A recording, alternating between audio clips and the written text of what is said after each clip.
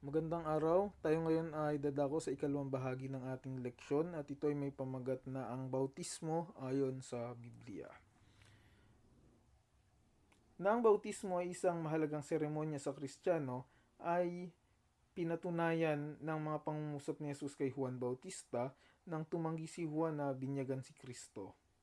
Mateo 3 verse 15, ngunit sumagot si Jesus sa kanya, hayaan mong mangyari ito ngayon sapagkat ganito ang nararapat sa atin upang matupad ang buong katwiran.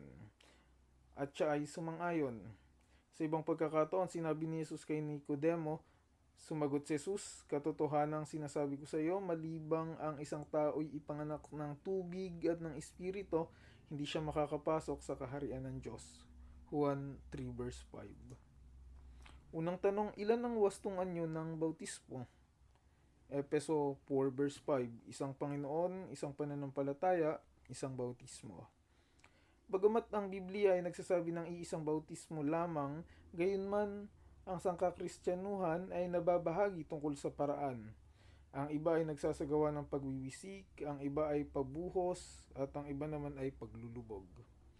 Ikalawang tanong, ang bautismo ba ay isang mahalagang hakbang sa buhay ng Kristiyano? Basahin ang mga Gawa chapter 2 verse 37 at 38 at Marcos 16 verse 16. Ang magnanakaw na nagsisi sa kanyang kasalanan samantalang nakabayubay sa krus ay hindi nagkaroon ng isang pagkakataon upang magpabautismo. Ibinigay niya ang kanyang puso kay Kristo samantalang namamatay. Tiniyak sa kanya ang kaligtasan at makararating sa langit ng walang bautismo sapagkat ginawa niya ang lahat na maaari niyang magawa. Kung tinanggap niya si Jesus bago dumating ang pagkakataong ito, ay tumangging pabinyag, hindi siya maliligtas. Basahin ang Santiago 4 verse 17. Ang iba ay binabanggit ang unang Korinto 15 verse 29 at pagkatapos ay napapabautismo dahil sa mga patay. Kailanman ay hindi natin dapat ipalagay na mayroong iba na makagagawa ng mga tungkulin para sa atin at tayo ang magtatamo ng kredito. Ang isang pag-aaral ng kahulugan ay nagpapakilala na hindi itinuturo ni Pablo ang ganitong ugali. Ikatlong tanong, paano babautismuhan ang Kristiyano? Colossus 2 verse 12. Nang ilibing kayong kasama niya sa bautismo, kayo rin ay muling binuhay na kasama niya sa pamamagitan ng pananampalataya sa kapangyarihan ng Diyos na muling bumuhay sa kanya mula sa mga patay. Ang baptizo ay wikang Griego para sa katagang bautismo. Nangangahulugan ito ng paglulubog upang isilid sa ilalim ng tubig. Pagbabaon sa tubig. Kung nagbabaon ka ng isang bagay, tinatabunan mo itong mabuti. Ang isang tao ay binabaon na ang mukha ang nasa ibabaw, hindi pa dapa. Siya ay tinatabunang minsan, hindi 3 beses. Kaya ang pagsasagawa ng 3 paglulubog ay hindi tumpak na sagisag. Sa tunay na bautismo ayon sa Biblia, ang kandidato ay inilalagay na lubos sa ilalim ng tubig na nakatihaya at pagkatapos ay binabangon mula sa tubig. Ito ay isang sagisag ng kamatayan, paglilibing at pagkabuhay na mag-uli. Ikaapat na tanong, sino ang karapat-dapat bautismuhan? Mateo 28 verse 19 hanggang 20. Kaya't sa paghayo ninyo, gawin ninyong alagad ang lahat ng mga bansa, bautismuhan ninyo sila sa pangalan ng Ama at ng Anak at ng Espiritu Santo at turuan silang sundin ang lahat ng mga bagay na iniutos ko sa inyo. At narito ako'y kasama ninyong palagi hanggang sa katapusan ng panahon.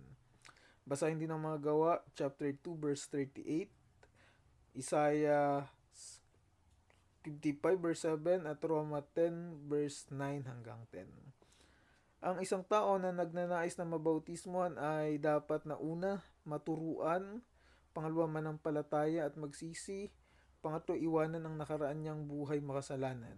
Sapagkat ang isang sanggol ay hindi makatutupad sa mga kahilingang ito, maliwanag na ang pagbibinyag sa sanggol ay hindi sinasang-ayunan ng Biblia. Ikalimang tanong, paano binautismuhan si Jesus? Marcos 1 verse 9 hanggang 11. Noong mga araw na iyon ay nanggaling si Jesus sa Nazaret ng Galilea at siya'y binautismuhan ni Juan sa Jordan. Pagkaahon niya sa tubig, nakita niyang biglang nabuksan ang kalangitan at ang espiritu na bumababa sa kanya na tulad sa isang kalapati.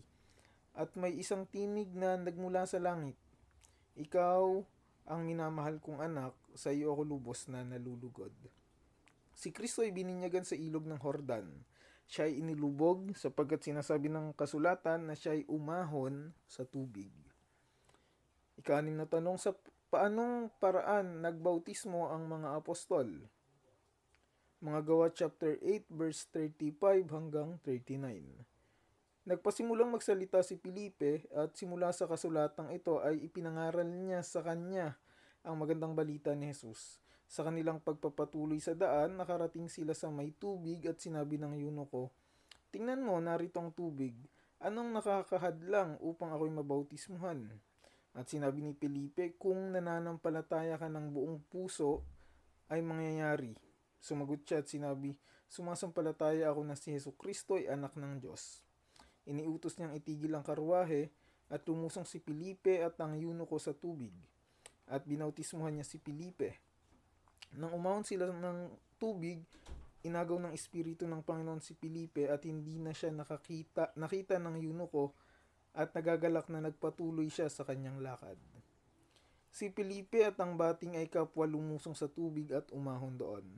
Inilubog din ni Juan ang mga tao sapagkat nagbinyag siya kung saan mayroong maraming tubig.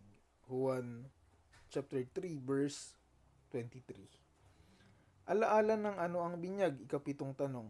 Ang sabi ng Roma 6 verses 3 hanggang 4, "O hindi ba ninyo nalalaman na tayong lahat na mga nabautismuhan kay Kristo Jesus ay mga nabautismuhan tungo sa kanyang kamatayan? Kaya tayo ay inilibing na kasama niya sa pamamagitan ng bautismo tungo sa kamatayan, na kung paanong si Kristo ay muling nabuhay mula sa mga patay sa pamamagitan ng kaluwalhatian ng Ama, gayon din naman tayo'y makalalakad sa panibagong buhay." Ika-8 tanong, ano ang sinasagisagan ng binyag? Galatia 3 verse 27. "Sapagkat ang lahat na sa inyo ay binautismuhan kay Kristo ay ibinihis si Kristo." Basahin din ang mga Gawa chapter 22 verse 16. Ang bautismo ay hindi humuhugas o naglilinis sa atin. Ito ay isang sagisag ng tumutubos na dugo ni Kristo. Ito ay isang pagpapatotoo sa madla, katulad ng isang seremonya sa kasal, tungkol sa isang hindi pa natatagalang pagbabago ng kabuhayan at paglalakip ng kabuhayan ng isang tao kay Kristo. Ika-9 na tanong, paano inilalarawan ng bautismo ang isang bagong buhay? Roma chapter 6 verses 5 hanggang 8. "Sapagkat kung tayo naging kasama niya na katulad ng kanyang kamatayan, ay magkakagayon din naman tayo sa kanyang muling pagkabuhay. Nalalaman natin na ang ating dating pagkatao ay kasama niyang ipinako sa krus, upang ang katawang makasalanan ay mawala ng bisa at upang tayo hindi na magpaalipin pa sa kasalanan. Sapagkat ang namatay ay pinalaya na mula sa kasalanan, subalit kung tayo namatay na kasama ni Kristo, sumasampalataya tayo na mabubuhay din kasama niya." Basahin din ang Juan 12 verse 24. Ika-10 tanong, paano nabubuklod sa paniniwala ang mga mananampalataya? 1 Korinto 12 verses 12 hanggang 13. "Sapagkat kung paano ang katawan ay iisa at marami ang mga bahagi at ang lahat ay bahagi ng katawan, bagamat marami ay iisang katawan, gayon din si Kristo. Sapagkat sa pamamagitan ng isang espiritu ay binautismuhan tayong lahat tungo sa isang katawan, maging Hudyo o Griego, mga alipin o mga laya, at tayong lahat ay pinainom sa isang espiritu."